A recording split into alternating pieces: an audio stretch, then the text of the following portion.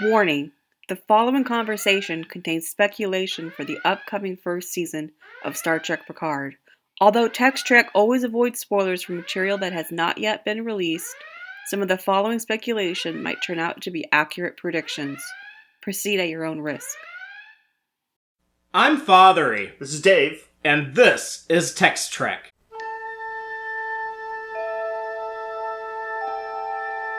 Engage.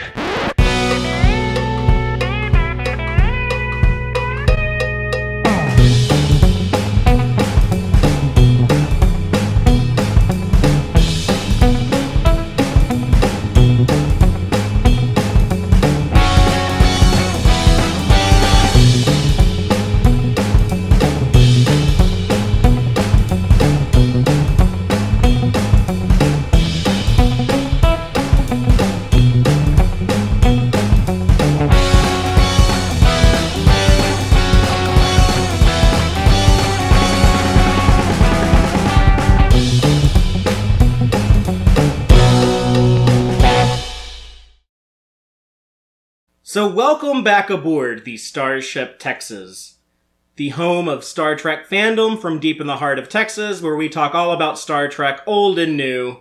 And tonight we're doing it in a new year, in a new decade. Yeah. Prepping ourselves for the World War III and the eventual rise of the Federation after that. Yeah, we got to meet Starfleet, we got to meet the Vulcans first, but We're getting there. we're Trying to get our ducks in a row right now. But Dave, did you have a good Christmas? Yeah, I had a good solid Christmas and New Year's and all that stuff. How about yourself? Yeah, pretty good. Did you get any Trek gifts for Christmas? No. Oh. Did you? I did. We'll talk about that in a moment. But our main topic of the evening is going to be the last and final short trek. Yep. And one that's a little bit different from the others. And they've all been kind of different I guess that's what sort of defines this season. The first three were kind of the same, but... I guess that's true. Have they done any comedic ones yet? The Mud one was comedic. No, you're right. You're right. The first season. Okay, I guess the latter half of short treks has been defined by being a bit more experimental. We had two cartoons and then a Picard tie-in. Right. Which was all very, very new things to do. So we'll be delving into the Picard tie-in one. Yeah, Children of Mars. Which is the first true post-Nemesis Star Trek. Filmed Star Trek, yeah. I mean, I'm not going to count Calypso, even though that was 1,000 years in the future. Right. That was obviously Discovery material.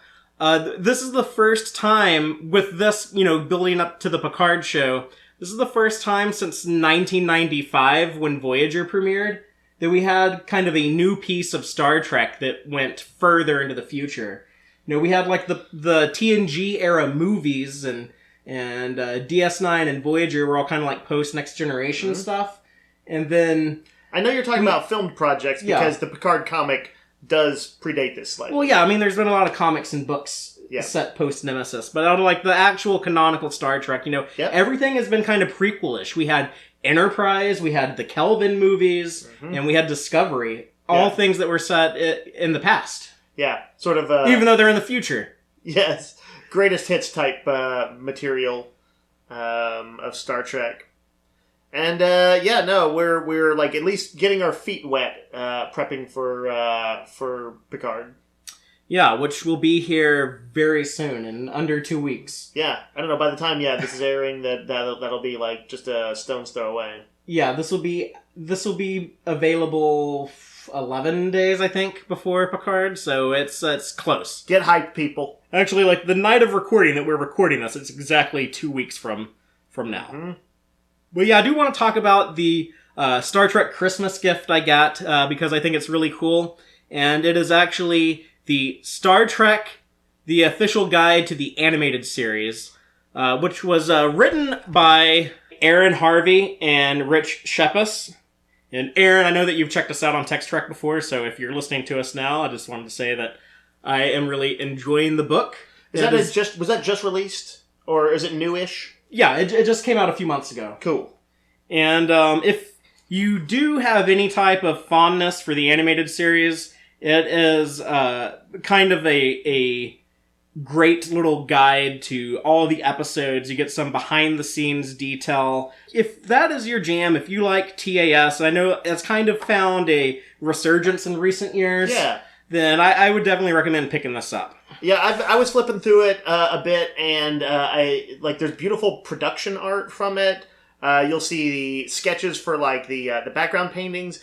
And although, TAS is not known for having some of the greatest animation of all time, but it's actually pretty nice, the basics of it, and it had a lot of really strong background art too, especially.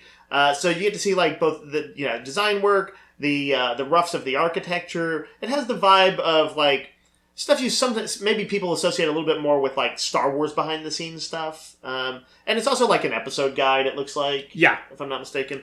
So you can find out, which is cool because the animated series was omitted from the Star Trek Encyclopedia back in the day. So this is kind of the perfect little addition to... it's payback time, Encyclopedia of old.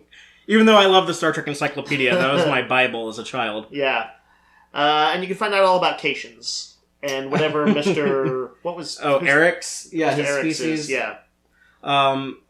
So, and with the animated short treks and with Lower Decks and the Nickelodeon Star Trek show all on the horizon, definitely Star Trek has become a property that is animated sometimes again. They are reforging the bonds of old. I don't know if this is a common experience in the Star Trek community, but at least for me, just speaking personally, the animated series was not something that I read much about, growing up and learning about Star Trek. And it wasn't until recent years that I really started to learn more about kind of the behind the scenes of the animated series. So it was really appropriate for me to pick this up now and kind of... You should do a little walkthrough once you've read some more of it. Do a little 20-minute expose. No, I'm not going to do that, so I wish you hadn't said that. Well, you better that's a false promise. Edit it out, or don't, and make yourself the fool. Maybe. We'll see what I decide to do. But yeah, so with that being said, we will jump forward to the 24th century and talk about Children of Mars. And this short trek was written by Kirsten, Beyer, Alex Kurtzman, and Jenny Lumet. That's a lot of people for 8 minutes. Yeah, so we have Kirsten Beyer, who was a Discovery writer, who also kind of came up with the initial idea for the Picard show. And she's also in charge of all the tie-in material with the books and the comics that tie into Discovery and Star Trek Picard, I guess. Alex Kurtzman, the big head honcho of Star Trek right now, kind of the modern-day Rick Berman. And Jenny Lumet, who had previously written the... I think she wrote the short trek in season 1 of Short Treks with the very first one, Runaway, with Tilly and her little friend Poe. Yep. And she also co-wrote the 2-part season finale of Discovery Season 2, Such Sweet Sorrow. Or is it just Sweet Sorrow? But whichever, she co-wrote that, which is also when Poe comes back. So. Right. And she co-wrote this.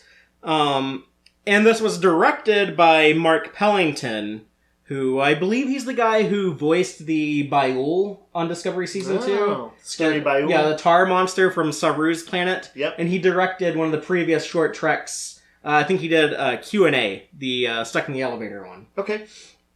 So those are our creatives. And just general opinions on this.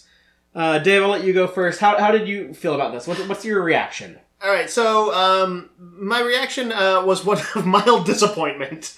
I guess as a trailer for Picard, as a sort of lead-in, there were a few things that sort of let me down. It's very much functioned, I would say, almost as a music video, because there's a song that weaves through it and sort of sets the tone pretty early on. Yeah, and that song is a cover to a David Bowie song. Right, it's Peter Gabriel covering it. I don't know if you know this, Fathery, but that song was prominently featured on Stranger Things Season 1. And then again... I've seen Stranger Things Season 1, but I don't remember that beat. Was it this cover? Yeah, it was this exact cover. Ugh. So they're doubling down on using kids again and using the song again from one of the most watched shows in the world right now. You gotta know better than to do that. here's the crazy thing. It also recurred in, like, I think Stranger Things Season 3. They did a sort of callback. So the most recent season. Yes. So that kind of... It reminded me of, in a weird way, Sarah Connor, Season 1 or 2, I can't remember what... They used The Man Comes Around from Johnny Cash. Yeah, that's Season 1. And... but that worked, and they actually spent the money to get the original song by Johnny Cash. Well, no, that's not originally by Johnny Cash. I think that was a cover. Oh, okay. Someone else wrote that. He probably has the most famous. Anyways, I'm interrupting you. Go ahead. It actually didn't work great for me because that had been so effectively brought to my attention with Zack Snyder's Dawn of the Dead remake in 2004. Okay. See, I didn't see that at the time. It plays over the credits sequence, which is a montage of how the outbreak kind of, like, snippets of it through the news. It's very effectively done. For whatever reason, his musical choices in that are better than they are in most of his other movies. And they... It set this tone so perfectly for the movie that when I saw it in Sarah Connor, I felt like, there's certain songs that start making the rounds. That Donnie Darko song, that was the cover of Tears for Fears song. Oh, yeah. That showed up in a Halo ad a few years later. Yeah, Gears of War, but... Yeah, Gears of War, thanks. That's all the same to me. All your little dumb kid games. I mean, this was like in 2007. I don't know how many people actually remember this, but... there's a... I kind of hate when a song gets popularized and then, it shows up in everything. It shows up in everything. Now, that said, I don't know that it's some great sin. It's a good song. I really like the cover of it. They use it effectively within the episode. I don't think it's misused. Is that, like, appropriate to be like, we could be heroes? Or as you have, like, someone punching someone else in the face? Like... because it's like, I would say that Gabriel's cover is maybe almost feels like it's a bit of a subversion of Bowie's, which has a kind of an up-tempo vibe, even though it's kind of got these kind of melancholy parts to it too. But Gabriel's version of it sounds real strained and drawn out. It feels like it's being subverted a bit, and it feels kind of tortured. It feels tortured, and I feel like because my vibe is that the Picard show is going to show a Federation that may be out of step with things, or maybe not living up to what it should be, that a kind of ironic use of that song is not a terrible idea. It's saying, like, we could be heroes, but we're clearly not now. Right. But we could be. Right. It's this kind of hollow, echoed out version of the song. Yeah, I could see that being effective. It might be something that if I come back and watch this a few weeks from now, after I've seen all of Picard, it might seem more appropriate. It may. But I did have a gut reaction, which is like, as soon as they started playing, I was like, this is that Stranger Things song. Fuck. What else in here bothered you? You said mildly disappointed. What else disappointed you? Just like broad strokes. We'll get into the details later. Sure. Star Trek I tend to like a little bit more. I think of it as like a thing where people talk through problems and stuff like that. This was purely an emotional appeal. Yeah. They didn't talk through jack shit because they didn't talk. Nah, this was a vignette. I sort of felt like I don't want to say just familiar territory. Maybe that's not fair to say, but it didn't feel like it brought anything sort of new to the table. It was some kids in a traumatic situation who kind of put aside their differences by the end of it to at least have the basic human bond of being united in tragedy. And there's nothing... That's an okay story, but when you don't know anything about them, it can feel a little unearned.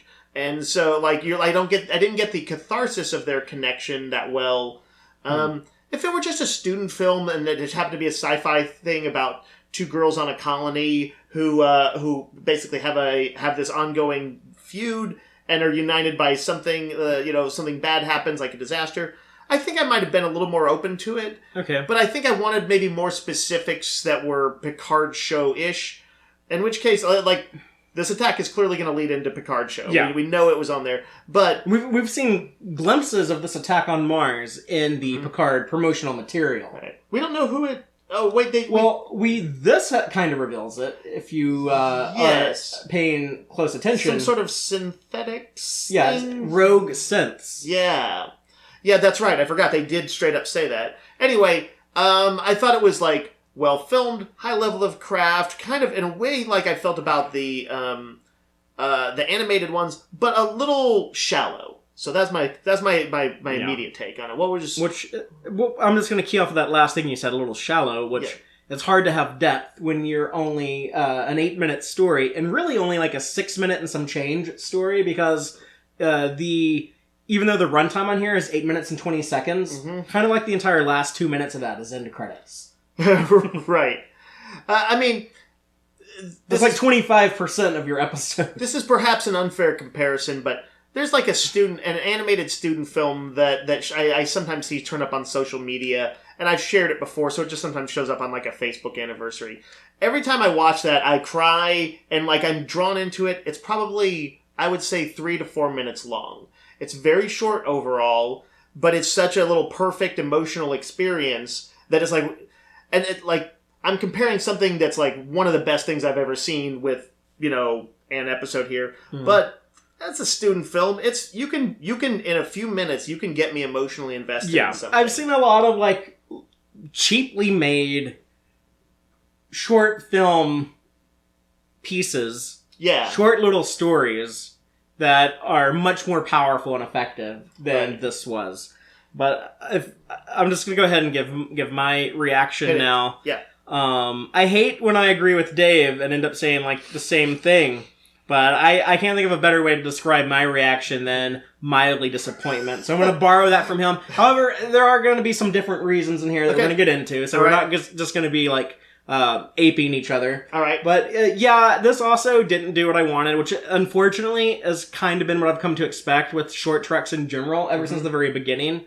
I'm not sure what my initial expectations were, but it's never quite lived up to it, except for, I guess, like, I really like the mud one. Right. But I keep comparing everything to that, and I'm like, I wish it could be that good again. The big reason I keep bringing up is a lot of these strengths of Star Trek don't really apply well to the short film format. Right. And for whatever reason, I still want them to continue with these short treks.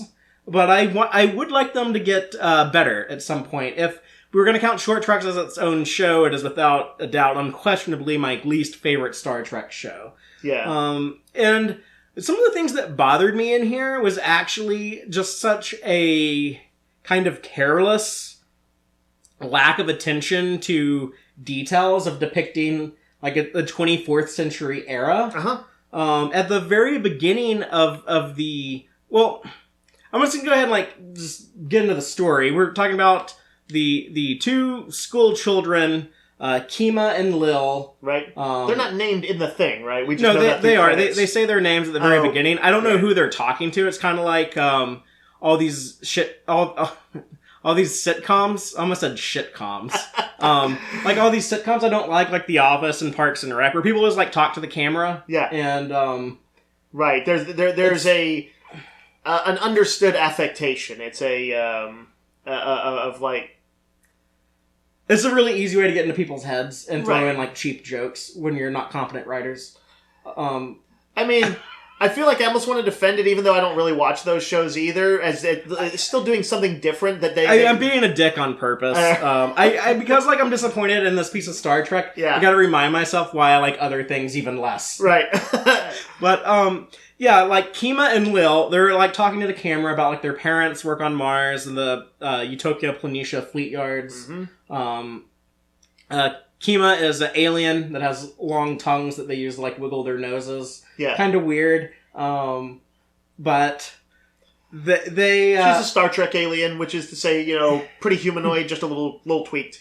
They go to school together, I guess somewhere in San Francisco, because we do see the Golden Gate Bridge in one shot.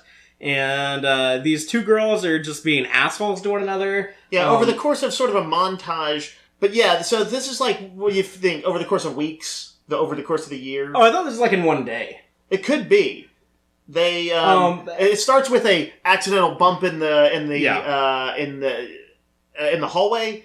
No, it was when they were waiting on the school bus. Was it? One of them's walking by the other person. Yeah, because they were like walking towards the shuttlecraft school bus. All right, fair. But just.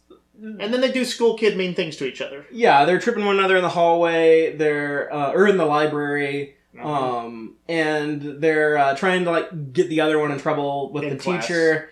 And they ended up, like, getting in, like, actual fight, like, next to the lockers, like, very, like, middle schoolish. Yeah. And then they're about to get a, like, stern talking to by their Vulcan principal or headmaster or whatever. And it's a weird aside. I kind of liked seeing a balding Vulcan. I don't know if I'd seen one before. I just like seeing a little bit more physical variety, maybe with Vulcans. Instead of them all having the Spock haircut. It reminded me of the thing where they had tried the different hair pieces for Patrick Stewart for Next Generation, and Roddenberry's famous quote. I don't know if this is apocryphal. I think it's real. Where he said that in the future, no one will care if you're bald. Yeah, right. That's real. It's not just that it'll be cured. People just won't care. Yeah. And I was like, there's a Vulcan. They wouldn't, although they have their traditional haircuts, if they went bald, I think they would just be like, well, that's how it is. He must be really old to be a balding Vulcan, because they're so long-lived. And they tend to have, like, a full head of hair, even when they're really old. Yeah, so that's at least the tradition we've seen. Maybe he's, like, pushing 300 or something. Could be. But anyways, like, these girls are in trouble, and then they get the news of, like, oh no, like, 9/11 basically happened, with Mars being attacked, and Space 9/11, their parents are blown up, and it's on the news, and we get, like, the report that it's rogue synths behind the attack, and Admiral Picard is going to react to it, and these two girls are sad, and they have, like, a moment of connection where they kind of hold hands. Right. So, a lot of the problems I had in this, like, initially it starts off, it starts off on a really bad foot. Because, first of all, like, opening with, like, these ugly aliens sticking their tongues out at each other is weird, and I don't think Star Trek needs to, like, try this hard to make the aliens so alien. I'm okay with, like, just... like their customs being different, but not having to do special effects cutesiness. Yeah.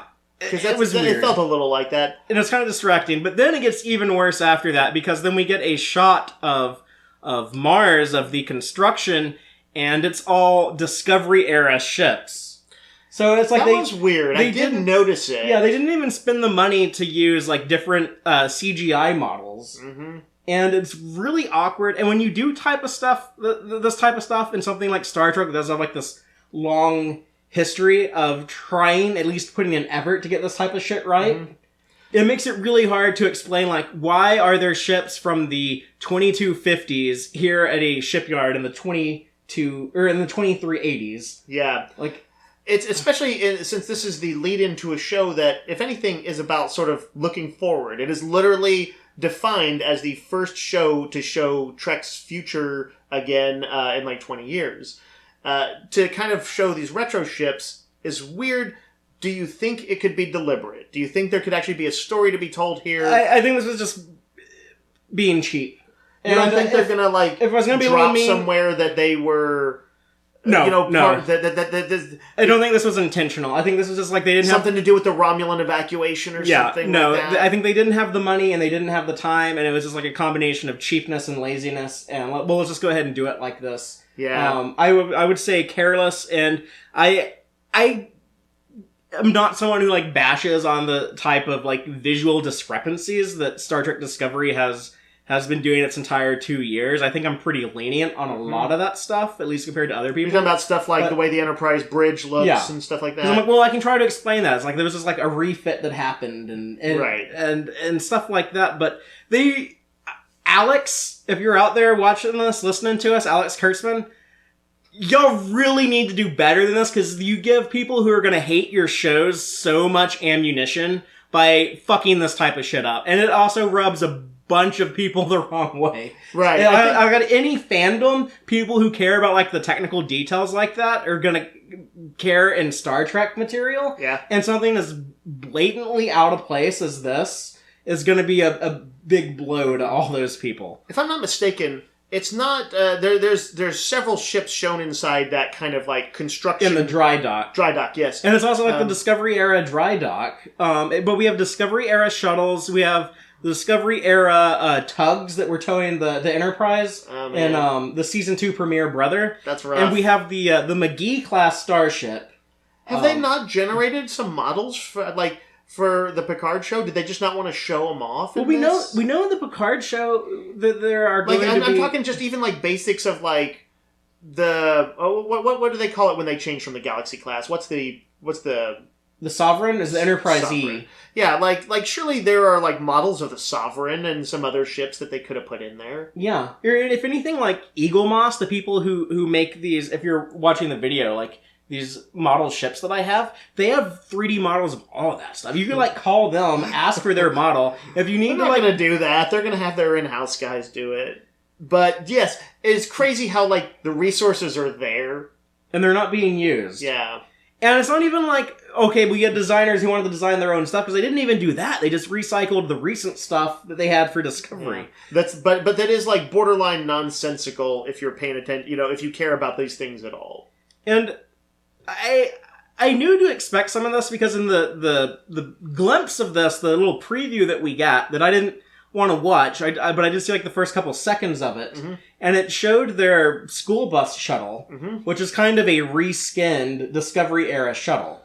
Oh. And that one's a bit more forgivable, because okay, maybe like this old 130-year-old shuttle is just like put into like civilian use now. Right. But when they just make things, they got back to an era in the future of making things as long-lasting as they used to in our present past. Okay, if that makes sense. If the Class C shuttle is just like that awesome, that it's going to be used throughout Star Trek history, then why the hell are there over 700 episodes of Star Trek that take place after... Well, not quite over 700, but almost 700 episodes of Star Trek that take place after Discovery that never show the shuttle until now. Yeah, well... That's like... And even like the force field, when Kima is running late to school because Lil was being an asshole and knocked her onto the ground and made her late for the school bus. Right, she runs into a force field around the dot. And it's the Discovery era special effect for the force field. That is pretty lame.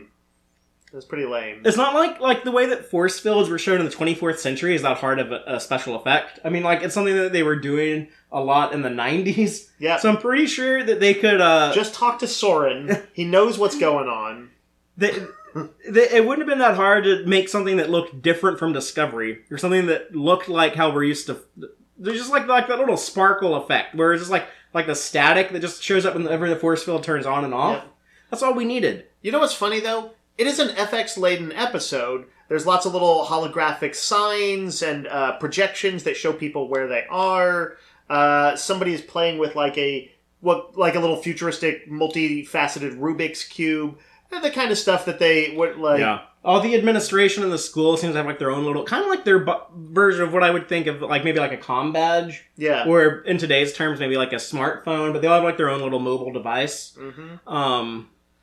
Yeah, it just seems that they definitely like to integrate more FX shots overall in sort of Discovery era onward episodes, I think. But it's weird that they seem to be missing some basic qualities that I think the Trek fandom would really get behind them for. I'm hoping that this isn't a sign of what to come in Discovery. I'm sorry, in Picard. Right. However, I'm worried now, because I do know in some of the trailers we do see what looks like a Discovery-era shuttlecraft in those Picard trailers, and we were kind of hoping that was just going to be like a placeholder that they put in there just to get the trailer out. Or there's some very, very specific reason behind it. Yeah, but now I'm thinking it's like, oh no, like those are just like the shuttlecrafts that we use these days. Father, you know how I got excited seeing the old TOS era Bird of Prey in those early trailers? What if they just kind of didn't really know, and that's just like you're talking about when we saw like the D7 in the trailers for... No, not the Oh, D7. No, the Romulan Bird of Prey that we saw in Picard. Okay, I thought you were talking about Discovery the Season 2. The classic one from Balance of Terror and all of that stuff.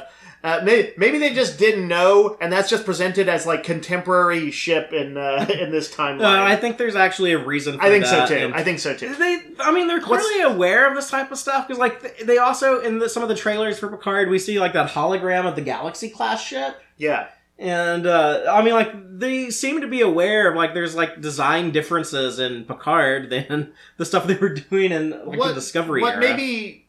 They sort of the fear would be that they have a few big examples of sort of, like, getting canon, right, but a lot of, that they can, like, lean on and say, look, we care, but they have, like, many more small missteps.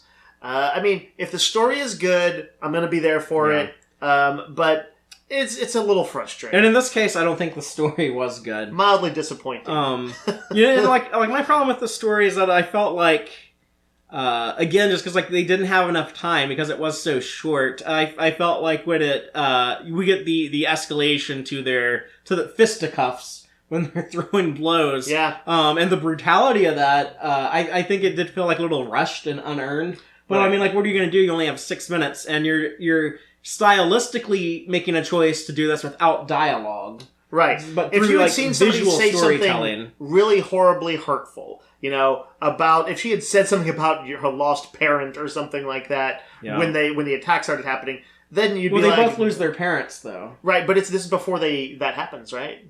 Yeah, they fight before any of that happens. We Right. don't know why they fight, I guess is the point.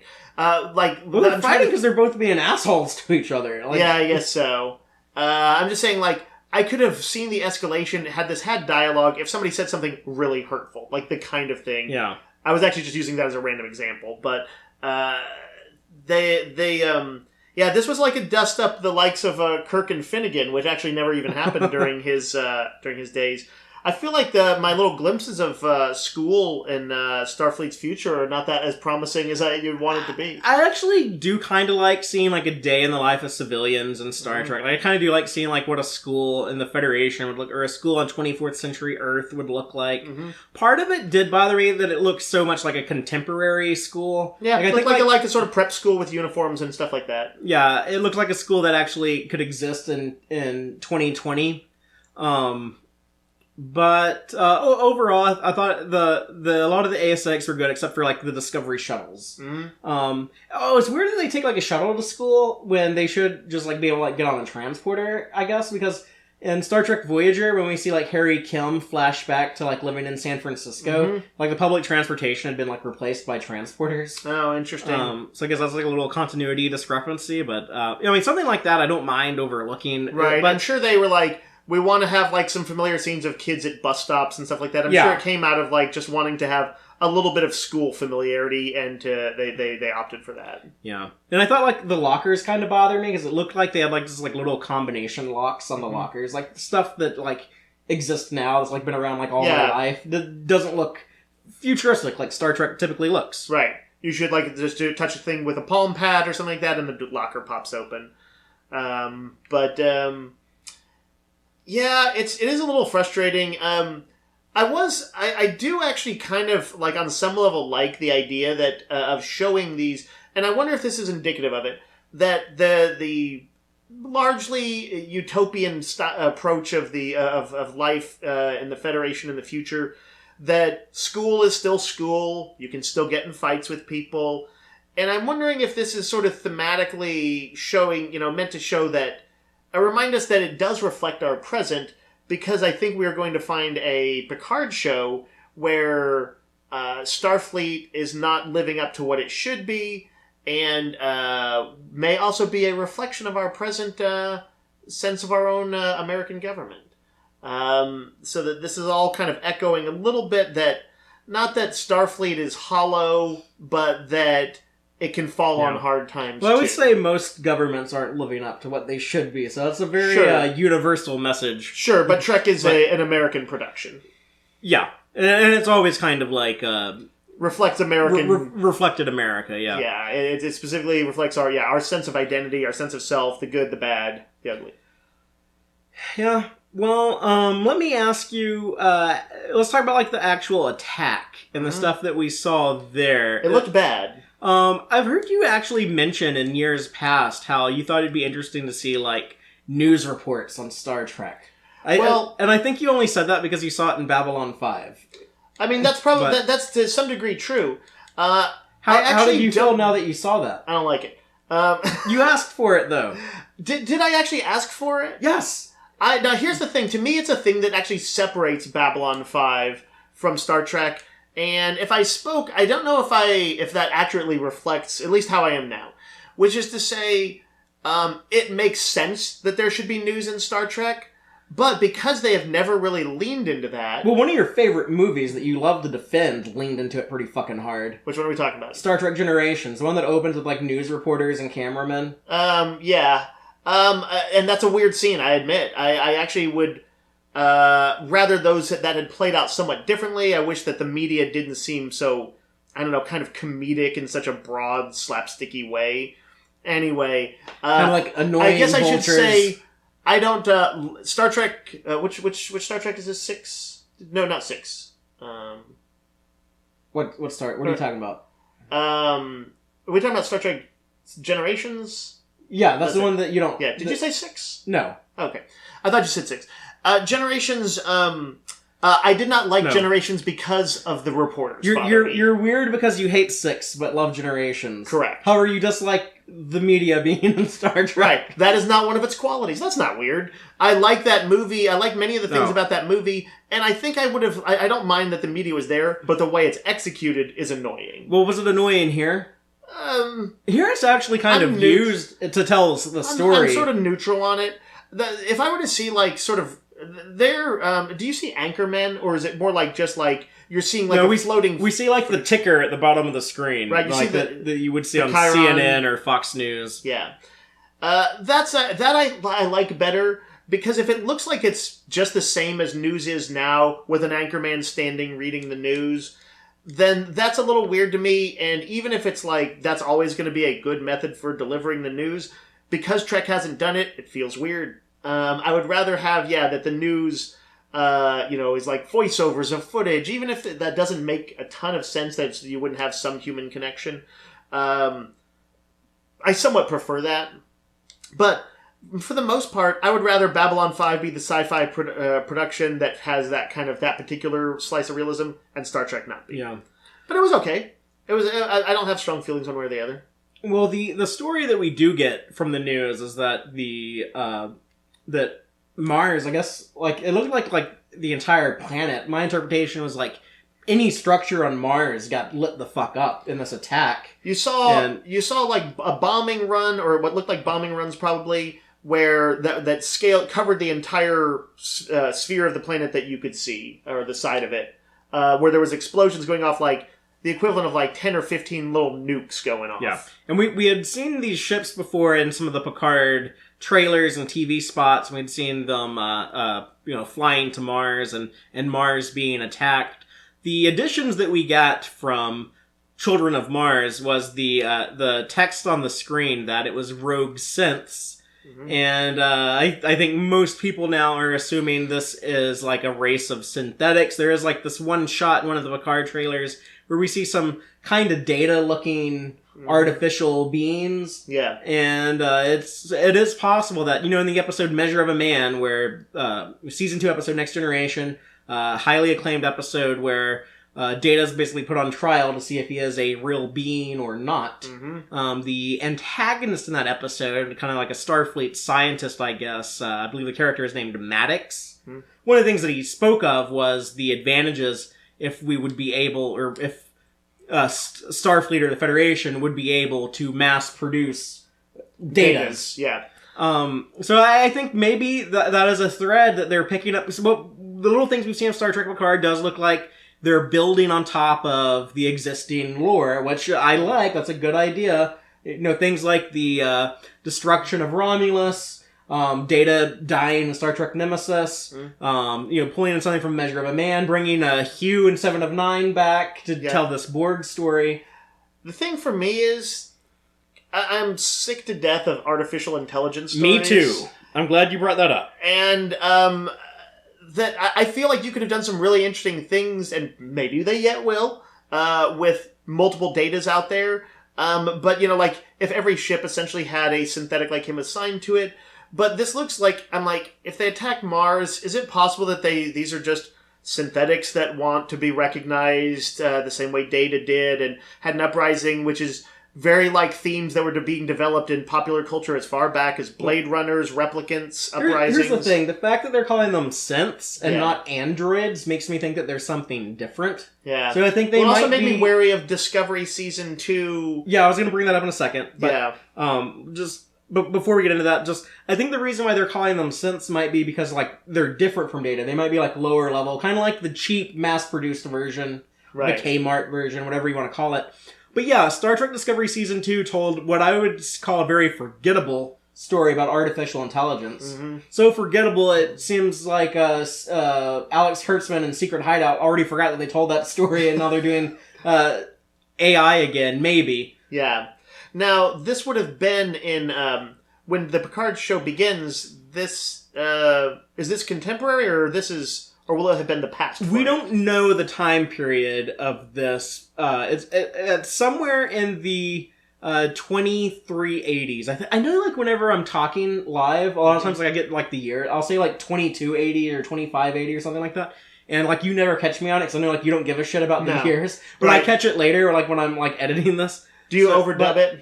No. I just hope no one notices. It's just the verbal equivalent of a typo. And I know that you know that shit, do. but yeah, I'm not going to ever catch you on it. Well, if you ask me a question about, like, the timeline and the years and the decades, that's kind of fucking important. Yeah. But anyways, so this is in the 2380s. We don't know the exact year, but this is before Picard, because in this news report we see a screen that says, Admiral Picard reacts to Mars attack.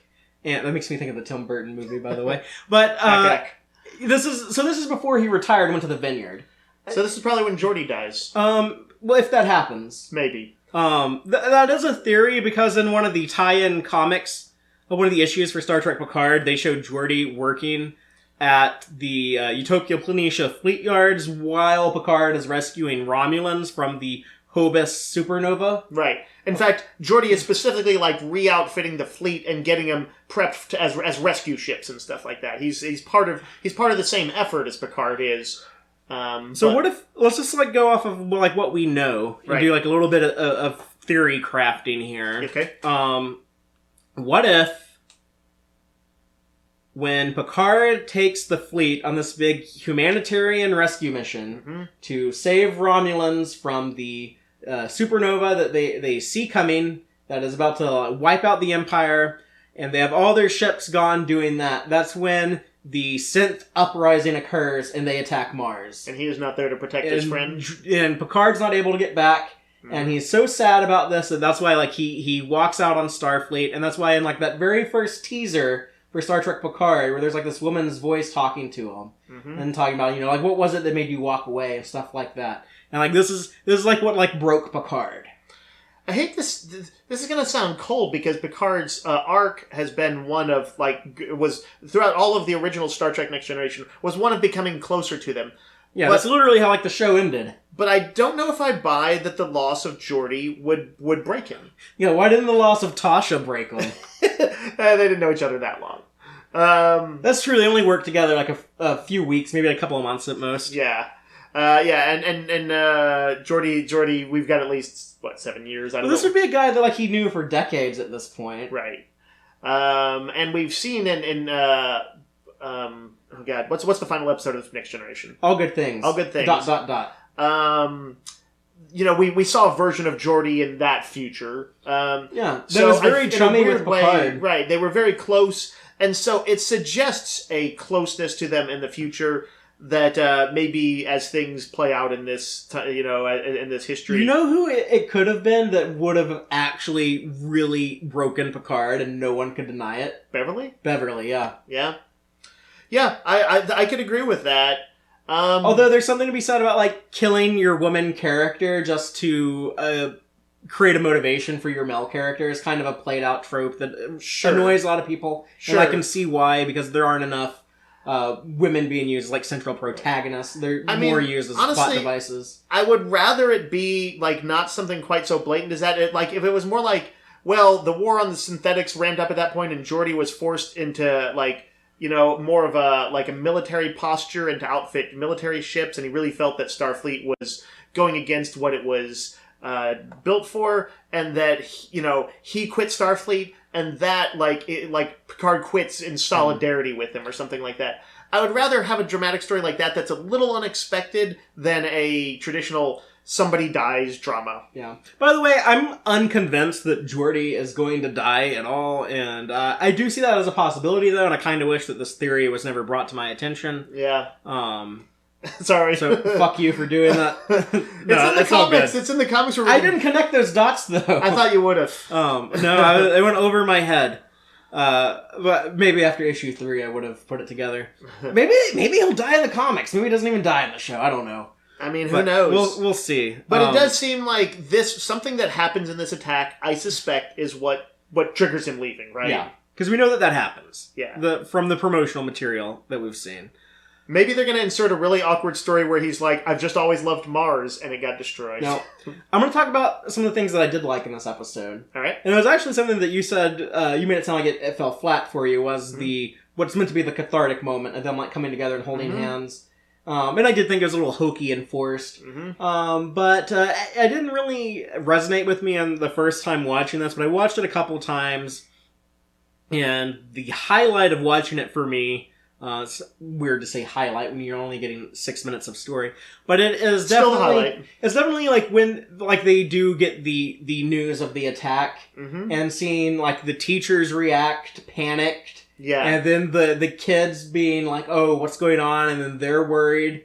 And, obviously, like, with them finding out that, our parents just got blown up. So that really sucks. And there's more important things here than to be angry at each other. Just the reasons why I like that was, one, I say this a lot on the podcast, but I think that the worst thing in the human experience is the experiencing the death of a loved one. And I think, like, when that does happen to people, they do kind of realize, like, oh, all this stuff that I thought, like, sucked in my life, like, this is actually something that, like, sucks. Like, all that other stuff is kind of petty by comparison. Right. And that kind of, like, their grudge kind of seemed so insignificant in the light of this. So you felt that in some way that maybe, like, embodied that concept. Yes. And also just, I'm of the age, I don't know if I should say old enough or young enough, but because some people would be too old for this and some people would be too young. But I'm at the age where I was in high school when September 11th happened. Right. Which was kind of weird and kind of like reminiscent of this a little bit. Because like I remember like teachers talking, and this was like before like, smartphones and everyone had like the internet connected to their pocket at all times. Right. So like it wasn't like everyone was like constantly like getting updates about this. It was more just like people talking to each other about like what was going on. It was weird from like a teenager's perspective, and like how like observing like how like the adults were talking about this, right? And what was really crazy to me was actually what happened like in the days following that, where people were talking about things that I found really unsettling and kind of made me like reevaluate the way I felt about a lot of stuff. But people talking about like, oh, I can't wait to turn the Middle East into a parking lot and shit like that. And there were I had teachers and coaches and stuff that were like saying stuff like this, and it was really weird. And oh wow, I absolutely did not have any of that experience. I'm older than you, and so I talked about it with coworkers, and most of my coworkers, I guess I'd say, were a fairly enlightened lot, and so that was like, it wasn't part of the discussion. It's something that was something I got on the periphery, and mostly, honestly, through online message boards and things like that. Not necessarily even people I knew. Yeah. And it's also like weird for me, like the years that followed that, and then the war the United States had in Iraq in 2003. And if you want to see a Star Trek movie about that, watch Star Trek Into Darkness, and then watch our podcast episode on Star Trek Into Darkness when we talk about that. But just to see like people like cheerleading a war like that, and kind of the same things that we're going through right now. Sure. Which it baffled me then when I was 17. It baffles me now when I'm like, people don't like remember when we had like this $1 trillion costly war that was based on lies, that's all proven now is based on lies, and killed millions. There was even a certain degree of political solidarity in the years since about it having been built on a lie. Yeah, I remember in 2012 election, you had like both political parties here in the United States talking about how like everybody was trying to distance. Terrible. Yeah, they were trying to distance themselves from having been for the war. Father, I want to quick mention, one of the reasons why this has a certain resonance, or at least it did for me with 9/11, was because the initial casualty count that's mentioned, which, if the whole planet gets taken down or like was really badly attacked, actually seems a little weirdly low, but it's like 3,000. And I don't know what I forget what the exact numbers were, but I thought it was like 2,200, 2,400 or something like that at the towers. And it was around 3,000. Okay, so it actually was. And we don't know what the population of Mars is, or like how much of the planet is actually habitable, and if and maybe a lot of shipyards and stuff like that. So that maybe that could have been the population of Mars at the time.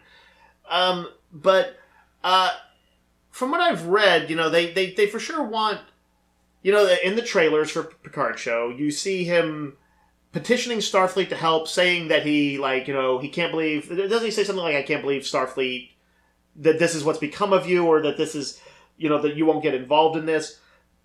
So, I do get the sense that Starfleet may have, that something bad happened to Starfleet, and maybe it's not the Starfleet we want to do. I'm not convinced that that's what they're going for. I do know there's like that line when he gets frustrated with like the way that it's edited. It looks like he's talking to like the woman admiral. That my interpretation of that was, he's introduced to the character Daj, the young girl character, and he's kind of like Obi-Wan Kenobi on Tatooine. He kind of has like something brought to him. Oh, I need to get out of retirement, go on a mission. He initially goes to Starfleet to ask them for help, and for some reason they turn him down. And I thought he was just frustrated about like that, and that's when he has to go put together like this ragtag crew and do it himself. And it could be what you're saying could be like, it could be a bigger deal than what I gave it. As opposed to just like Genesis is forbidden and you can't go to that one place. It could be a broad through line of philosophy change. Now, and I'm of two minds on that. On one level, yes, it may make it more reflective of the present and kind of the anxieties that Americans feel right now.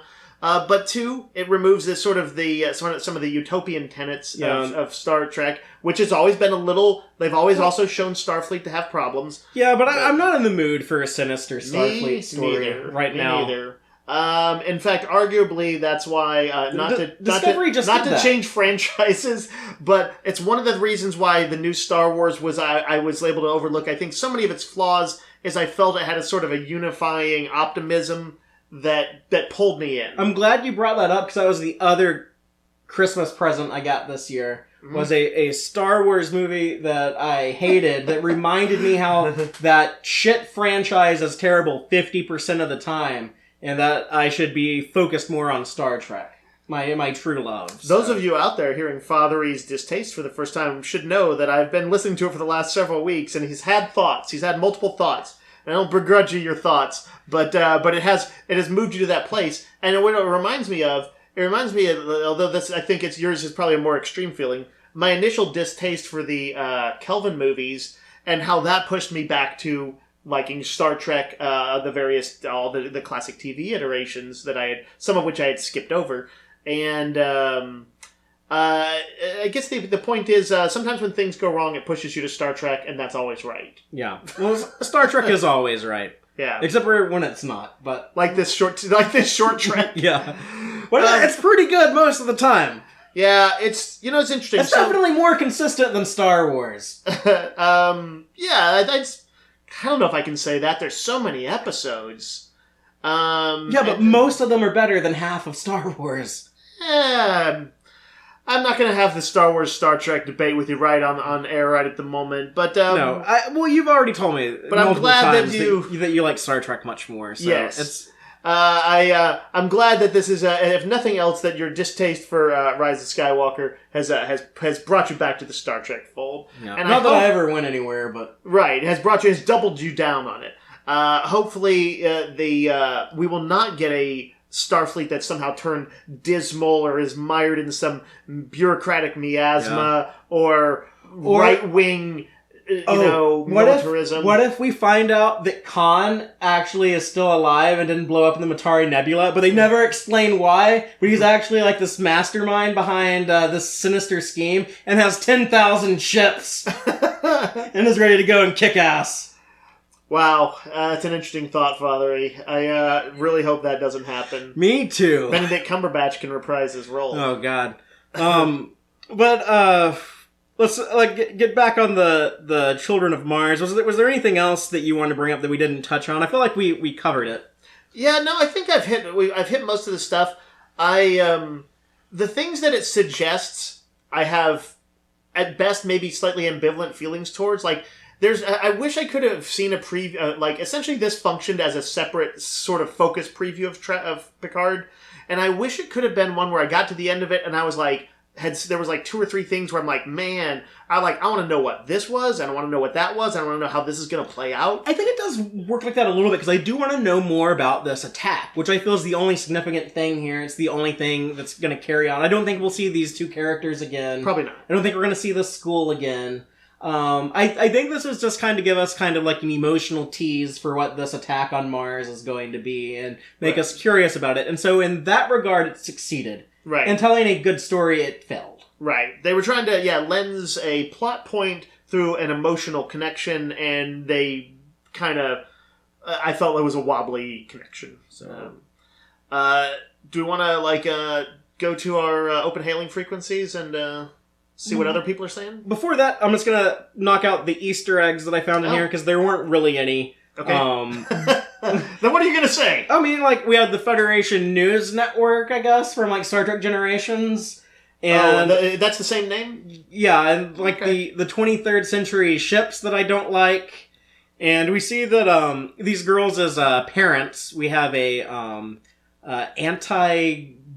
what was it? She said that she was, anti-graver. And, wait, where did that happen? Her mom, that was her job. she's an anti-graver. I thought the way you were saying it made it sound like it was somebody who's arrayed against some movement. Anti-gravity? Like an anti-vaxxer? Yeah, that's what I heard you say. Okay, anyway. Yeah. That was just her job. She did anti-grav work. And then Lil's dad was a quality system supervisor, but where they worked was the Mons Olympus station, which I think they have mentioned Mons Olympus, the actual real mountain on Mars. I think fairly famous. People have heard of that. Yeah. But they've mentioned it with the Utopia Planitia fleet yards before. In fact, I think that this might be canon, or this might be non-canon stuff from the books, but I think the Utopia Planitia fleet yards might be in a geosynchronous orbit of Mons Olympus. That's interesting. And then also they had that Vulcan teacher, and an Enterprise trip said he had a Vulcan teacher when he was in school. So I don't think it's the same guy, but I couldn't really find many Easter eggs in here. Oh, and then all those ships that shouldn't have been here that I already bitched about. Right. But yeah, we will move on to what some of y'all thought about it. We always ask for your opinions, and these are the subspace transmissions that we received from Twitter. Yeah, and it does seem like there was, I actually found that of the ones that responded, probably a little bit more favorable than unfavorable, but I hit a little bit of both. So let's mention a few of these. Let's see. John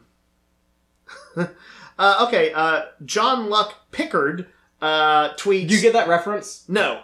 That was from the episode Tapestry, when Q takes Picard back in time to his college days, and he's delivering flowers to him, and he's disguised like a delivery guy, and he's a delivery for John Luck Pickard. He didn't know how to pronounce John Luc Picard. Yeah, that's pretty funny then. Good job, John Luck. He simply posted also that Peter Gabriel cover of David Bowie's Heroes was 1, amazing, 2, perfect choice, and 3, first use of non-diegetic probably, song with lyrics in Star Trek. I don't know what diegetic means. Does that mean that it wasn't in-house, somebody listening to this song on a radio? I have no idea what that word means. I bet it is. But yes, this is possibly the first time Star Trek has done that. Yeah, that's... let's count the Rihanna song from the Star Trek Beyond end credits. But that wasn't really in the story. No, I didn't like that either. Anyway, but clearly he liked the song. It worked for him, and worked really very well for him.